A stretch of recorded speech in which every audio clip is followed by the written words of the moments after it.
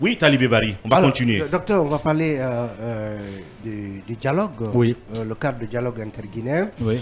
Le Premier ministre était attendu sur des concessions qu'on espérait que les autorités de la transition feraient face au préalable des forces vives de Guinée. Avant-hier, il est venu sans ces concessions, sans rien annoncer. Et hier, il reçoit de l'autre côté ceux qui ont participé au cadre de dialogue entre novembre et décembre. Beaucoup estiment que c'est de la diversion. Moi, je dirais que nous devons tout faire pour éviter que ce cadre de dialogue échoue.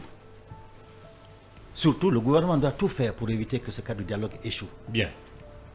Parce que ce sont eux qui tiennent les rênes du pouvoir. Nous avons 65 ans d'indépendance. Nous avons des ressources internes. Quand nous prenons par exemple le Burkina, qui a résolu le problème au Burkina tout récent? C'est le Moro Naba. C'est ni la France, ni l'Angleterre, ni la CEDEAO, ni l'OIA. Personne. C'est la crise autour du deuxième coup d'État. Exactement, autour du deuxième coup d'État.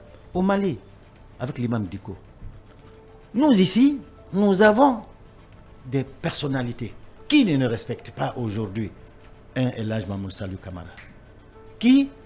J'étais à l'inauguration de l'hôpital Donka. Vous savez, quand un chef de l'État rentre, il s'assoit, c'est fini, personne ne doit rentrer maintenant. Ou bien, dans les cérémonies officielles. Alors, nous étions tous assis. La cérémonie avait commencé. Le colonel Mamadi Doumbia, chef de l'État, assis. L'imam est venu. Il a traversé devant tout le monde. Tout le monde a attendu. Il est venu. Le colonel lui-même s'est levé pour aller le recevoir et l'installer. Ça signifie qu'il est respecté. Alors, soyons sincères, soyons honnêtes avec nous-mêmes. De tous les côtés. Nous avons mis un cadre de dialogue avec des femmes qui sont nos mamans, nos sœurs, qui ont montré leur... On dit, Rabatou Sera a dit, la femme ne met pas le feu pour brûler, pour détruire, et met le feu pour faire la cuisson. Ces sœurs, je veux parler de Makale, les trois facilitatrices, il faut que nous les soutenions. Alors ce cadre de dialogue, si nous boudons ce cadre de dialogue, soit pour des raisons X ou Y, évidemment nous allons aller vers là où nous sommes en train d'aller. Bien. Alors moi je me dis purement et simplement qu'il faut que nous revenions d'abord à nos valeurs traditionnelles, respecter nos sages, ne pas les faire honnir, parce que si les prélats échouent, je parle de Monseigneur et de l'imam, ainsi que de ceux qui les accompagnent, des religieux, s'ils échouent, c'est fini, il n'y aura plus d'autres solutions. Mais M. Ben, mais le problème, il nous reste 2 minutes, je rappelle, 2 minutes pour terminer. Il y a eu des concessions majeures qui ont été faites par les forces vives de Guinée. Vous savez, qui ont renoncé à plusieurs manifestations et qui ont décidé, sous la médiation des leaders religieux, de se retrouver sur la table de dialogue avec le Premier ministre. Pendant un mois, on a continué à tourner en rond, à examiner les préalables. Dites-nous aujourd'hui à quel niveau se situe le blocus et qu'est-ce que le CNRD devrait faire, en réalité, le président de CNRD, pour arranger la situation, pour vraiment avancer dans les négociations, dans les discussions. Voilà. Il faut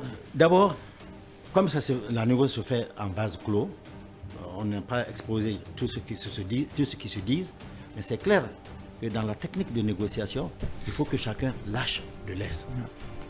Vous avez parlé tout de suite de ce que les forces vives ont lâché.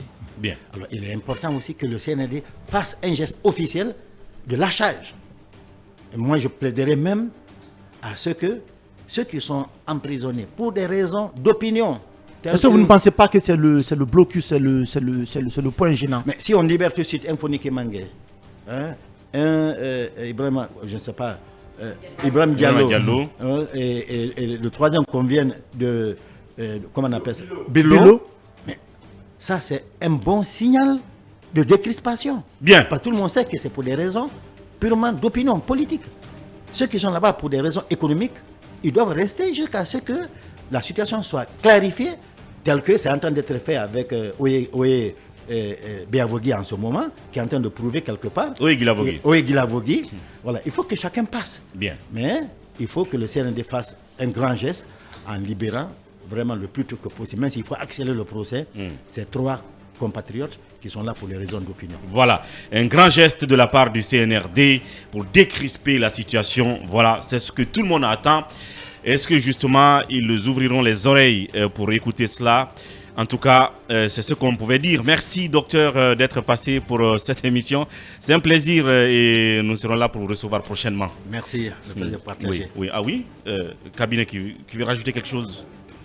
Dire que on pourra, ceux qui n'ont peut-être pas suivi ce grand oral-là peuvent voir le replay sur notre page Facebook et sur notre chaîne YouTube. Voilà, c'était une information. Merci à toute l'équipe. Et derrière la baie vitrée, l'équipe technique était là, Tigiane et Ibrahim Silla. Demain, vous retrouverez l'équipe de Mirador Mixte, bien entendu. Et lundi, on sera de retour tout au complet avec l'influenceur ouest-africain Boubacar Diallo. D'ici là, prenez soin de vous et au revoir.